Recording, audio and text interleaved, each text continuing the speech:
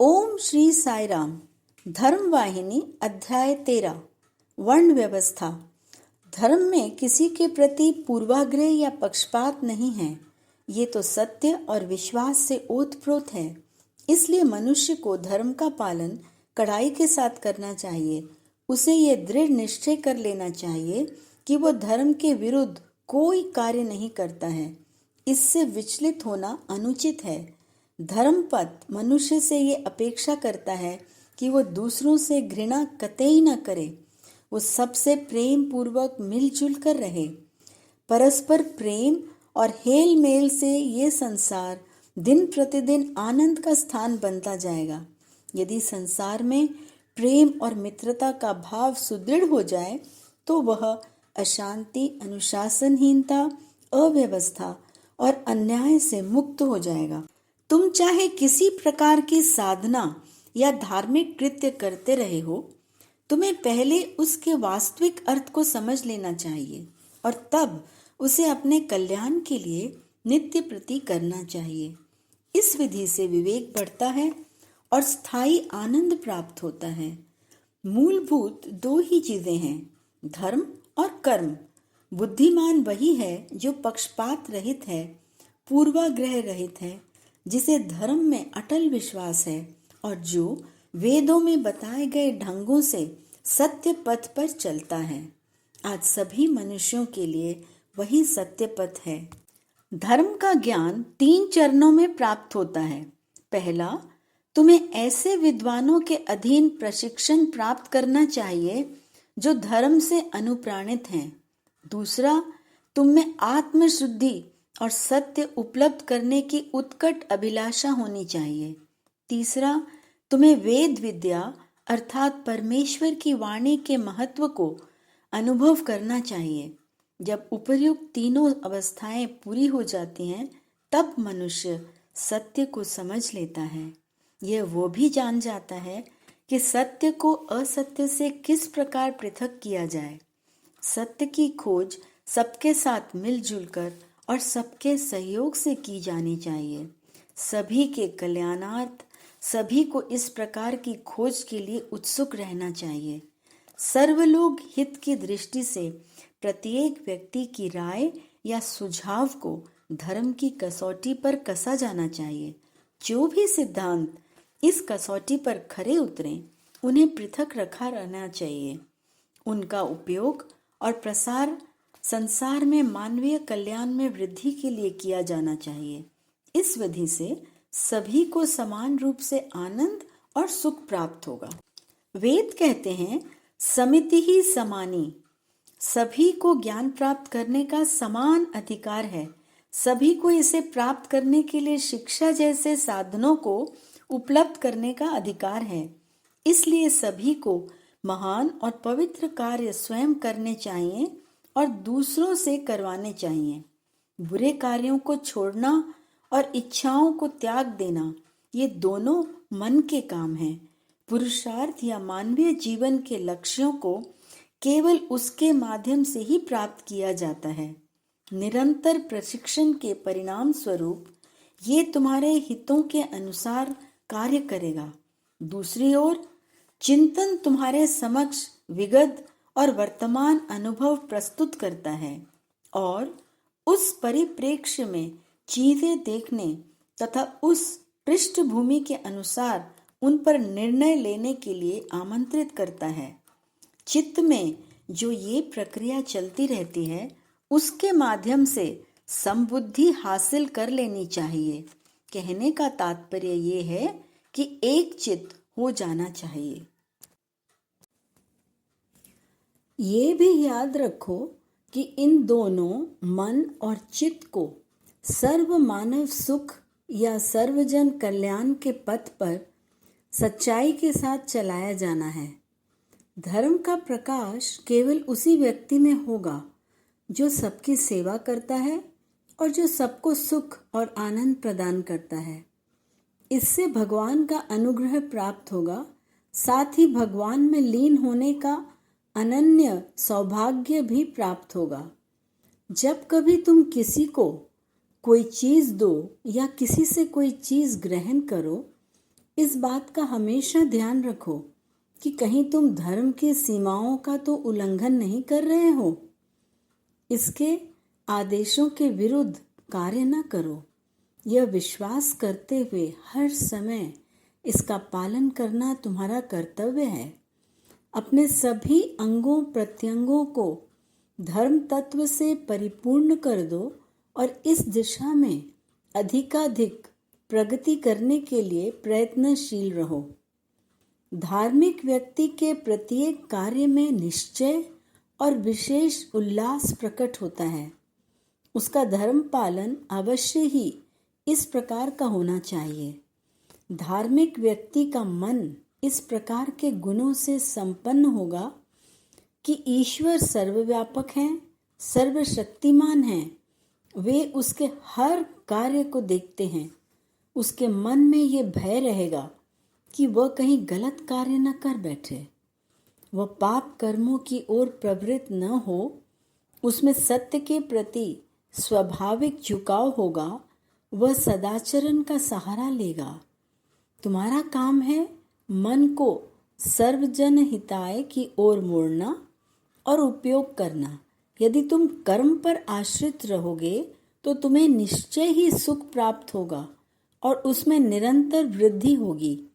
दूसरों के प्रति तुम्हारे मन में जो दुर्भाव पैदा होते हैं उन्हें धर्म दूर कर सकता है।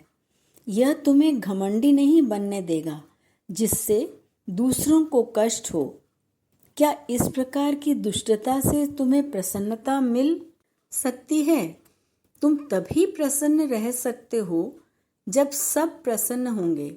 याद रखो, केवल सत्य से ही प्रेम करो और उसका ही अनुसरण करो। कृत्रिमता कभी भी लाभदायक नहीं हो सकती। मनुष्य सम्मान करते हैं, कलंकित करते हैं, लेकिन तुम किसी को कृत्रिमता, छल कपट और अन्याय का सम्मान करते हुए नहीं पाओगे। सभी लोग सत्य, सरलता और न्याय को इज्जत देते हुए दिखाई देंगे। वेदों में वर्णित धर्म की परीक्षा होती है और उसकी परीक्षा की जा सकती है। वह निष्पक्ष और न्याय संगत है। इसमें विश्वास अनुभव के साथ साथ बढ़ता है। देवताओं की पूजा करने के लिए वेदों में विहित नियमों का पालन किया जाना चाहिए। इससे अभिप्राय ये है कि लोगों में धार्मिक विश्वास बढ़ेगा। यह धर्म भगवान का आदेश है। यह वास्तव में ईश्वर का वचन है। इसलिए सबको इसका विधिवत पालन करना चाहिए, क्योंकि देवता कौन है? ये ऐसे व्यक्ति का नाम है जो अपने दैनिक जीवन में सत्य का व्रत के रूप में पालन करता है। विचार कीजिए, भगवान ने मनुष्य को कितना प्रतिभा संपन्न बनाया है। उस प्रतिभा से पुरुषार्थ प्राप्त करने का प्रयास करो और सत्य के नियमों का कड़ाई के साथ पालन करते हुए भगवत प्राप्ति के पथ पर अग्रसर होवो। उस प्रतिभा को इसी पवित्र कार्य में लगाना उपयोगी है। उस देन का यही प्रयोजन है। जिस प्रकार भगवान ने जिसे आंखें दी हैं वही चीज़ों को देख सकता है, अंधे को यह सौभाग्य कहाँ प्राप्त है?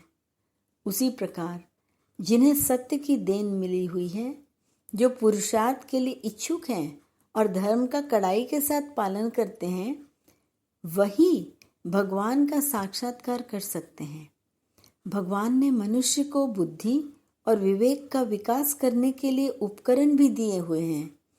यदि वो उनका अच्छी तरह से उपयोग करता है और स्वयं सिद्ध करने का प्रयास करता है, तो भगवान उसे नई प्रतिभा और शक्ति के नए स्रोत और प्रदान करेंगे, क्योंकि वे साधक के प्रति पूर्ण दयालु हैं। जब मनुष्य धर्म का पालन करने की चेष्टा करेगा, तब सत्य स्वयं भी उसके सम्मुख प्रकट होगा। यदि तुम सत्य की साधना करने में लापरवाही दिखाओगे, तो धर्म के अंतर्गत किए जाने वाले कर्तव्य और धर्म से प्रेरित होकर किए जाने वाले कर्म का बोझ तुम पर बढ़ता ही जाएगा। इन सब तथ्यों के पीछे क्या वास्तविकता है, उसकी खोज करो। उस खोज से तुम्हारे सभी धर्म कर्म हल्के और सुहावने हो जाएंगे। भगवान ने मनुष्य को ऐसा रूप दिया है कि उसमें भगवान के प्रति झुकाव रहता है। वह दृष्टि के विस्तार पर आनंदित होता है और जब वह नीतिवान और गुणवान होता है तब वो खुश होता है। इसलिए मनुष्य को अपने सर्वोत्तम हितों की सिद्धि के लिए अपनी मूल प्रकृति पर दृढ़ रहना चाहिए, ब्रह्म में अपना ध्यान केंद्रित करना चाहिए, सत्य का पोषण करने और धर्म का अभ्यास करने में लगा रहना चाहिए। सत्येन व्रत, सत्य की खोज करना है और तर्क के सभी सिद्धांतों द्वारा उसकी परीक्षा की जानी है। साधना में होता है ओज, धर्म का कड़ाई के साथ पालन करने के लिए दिलेरी, तेज, निर्भय आत्मनिग्रह, साहस, जीवन के चढ़ावों उतारों में होने वाले सुख दुख की सभी भावनाओं का परित्याग, सत्य और धर्म में अटल विश्वास, बलम, अनुशासन और ब्रह्मचर्य का पालन करके अर्जित सर्वोत्तम मानसिक और शारीरिक स्वास्थ्य, वाक, सत्य और प्रेम के अभ्यास द्वारा सरल और मधुर बोलने की इच्छा और योग्यता, इंद्रिय मोह, 5 ज्ञानेंद्रियों और 5 कर्मेंद्रियों को पाप और बुरे कर्म से रोकना और सभी इंद्रियों को सत्य की सेवा में लगाना, आभ्यंतरिक जगत पर विजय प्राप्त करके सभी लोकों के अधिपतित्व को प्राप्त करना, धर्म, अपने पूर्वाग्रहों को समाप्त करना तथा प्रतिक्षण सत्य की खोज करना। सफल साधना के लिए मनुष्य को इस प्रकार प्रार्थना करनी चाहिए, भगवान मुझे ओजस इत्यादि सभी गुण प्रदान करें। धर्म सभी का कल्याण करता है, यह सर्वत्र आनंद प्रदान करता है। आज संपूर्ण मानव जाति के लिए यह आवश्यक है कि वह इस सार्वभौमिक धर्म के महात्म को समझे। ब्राह्मण अपनी विद्या, सदाचार, उत्कृष्ट कोटि के कर्म, दया और उदाहरण द्वारा सद्गुणों के प्रचार प्रसार जैसी विशेषताओं के उदाहरण द्वारा सद्गुणों के प्रचार प्रसार जैसी विशेषताओं के लिए प्रसिद्ध है। जो इन गुणों को प्रोत्साहित करता है, पोषण करता है और विकसित करता है, वही ब्राह्मण है, वह चाहे कोई भी हो। ब्राह्मण कहलाने वाले व्यक्ति में यह योग्यता होनी चाहिए, केवल श्रेष्ठ विद्वान, और वह मनुष्य को इस सिद्धांत के अनुरूप आचरण करता है, इस पद के लिए पात्र हो सकता है। जो इस पद को प्राप्त करने के लिए उत्सुक होते हैं, वे इन योग्यताओं को प्राप्त करने की चेष्टा करते हैं। क्षत्रियों के लक्षण इस प्रकार हैं, वे वीरता और साहस तथा जोखिम वाले सभी कार्यों में दक्ष होते हैं और वे धर्म की रक्षा करने और दुष्ट को दंड देने के लिए तत्पर रहते हैं। जिनमें ये गुण विद्यमान हैं, वे क्षत्रिय कहलाने के अधिकारी हैं। उन्हें उस मनोवृत्ति से सभी कार्य करने चाहिए तथा घर पर ऐसे उपयुक्त नियमों की स्थापना करनी चाहिए जो सभी के लिए शुभ हों, कल्याणकारी हों। इसके बाद वैश्य आते हैं। उनके कार्य हैं वाणिज्य व्यापार के निर्बाध और चुस्त प्रवाह के लिए प्रयास करना, संचार के साधनों में धीरे धीरे वृद्धि करना, जिससे सभी राष्ट्र एक राष्ट्र सूत्र में बंध जाएं, संसार में धन संपत्ति की वृद्धि करना। उन्हें यह सुनिश्चित करना चाहिए कि लोगों में मैत्री भाव कम न हो और न ही टूटे। उन्हें यश और वर्च की कामना करनी चाहिए, अर्थात उन्हें महान कार्य करना चाहिए, श्रेष्ठ उपलब्धियां अर्जित करनी चाहिए और शिक्षा के प्रसार के लिए स्कूल और लोगों के स्वास्थ्य के लिए अस्पताल बनवाने जैसे कार्य करके गौरव प्राप्त करना चाहिए। उन्हें अपनी धन संपत्ति हितकारी कार्यों को बढ़ाने में लगानी चाहिए। इससे उनमें सदाचार और धर्मपरायणता पैदा होगी। शूद्रों में ये विशेषताएं होनी चाहिए। उन्हें धर्म पथ से विचलित न होते हुए मूल्यवान वस्तुओं की उत्पत्ति करना और उन्हें इकट्ठा करना, हमेशा मानवीय सत्ता के लक्ष्यों को सच्चाई के साथ अनुभव करना और उसी के लिए कोशिश करनी चाहिए। उन्हें उत्पादित वस्तुओं का चतुराई के साथ संचयन करना चाहिए और उनकी रक्षा करनी चाहिए तथा सबके फायदे के लिए इन चीज़ों को ज़्यादा से ज़्यादा पैदा करने की कोशिश करनी चाहिए। इस प्रकार संचित वस्तुओं को वास्तविक विद्या के प्रसार के लिए धर्मपरायण लोगों की पुष्टि और सहायता के लिए उदारता पूर्वक उपयोग में लाया जाना चाहिए। इस प्रकार इन चारों वर्णों के लोगों द्वारा सहकारी प्रयास किए जाने के फलस्वरूप पृथ्वी नाना प्रकार के धन धान्य से परिपूर्ण हो जाएगी और सबको सुख प्राप्त होगा।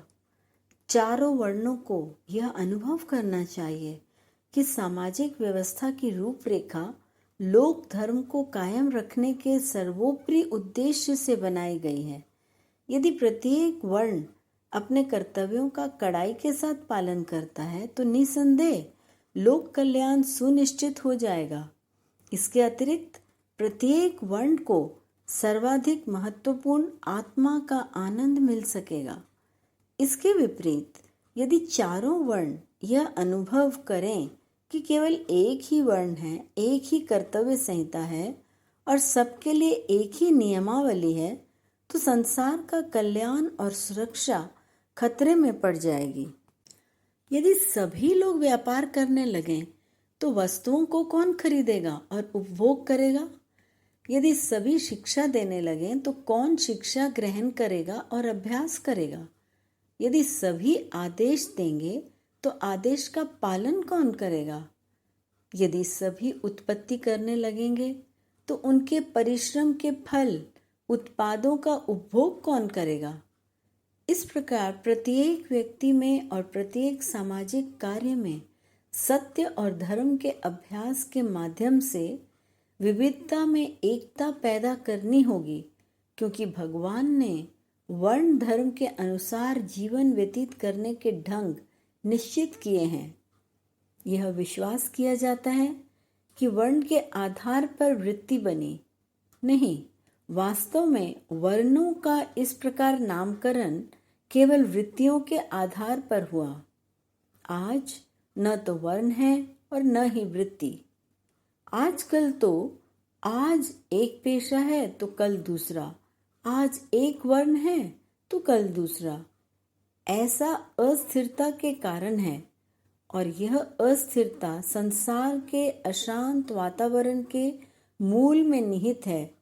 यह अस्थिरता संसार में व्याप्त असंतोष के कारण है।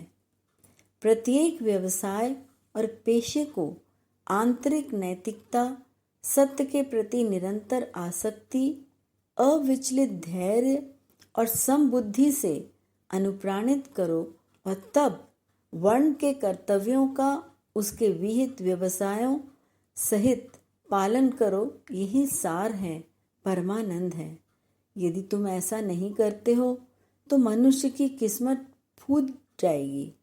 उसे दुखों और कष्टों का सामना करना होगा और दरिद्रता का भयानक रोग उसे कभी छोड़ेगा ही नहीं। तुम्हारे सामने विकल्प है। श्री राम वृक्ष और दुर्भिक्ष की लोक शिक्षा में से एक को चुनना है। उस शिक्षा दंड से तुम्हारी रक्षा के लिए यह धर्म शिक्षण है।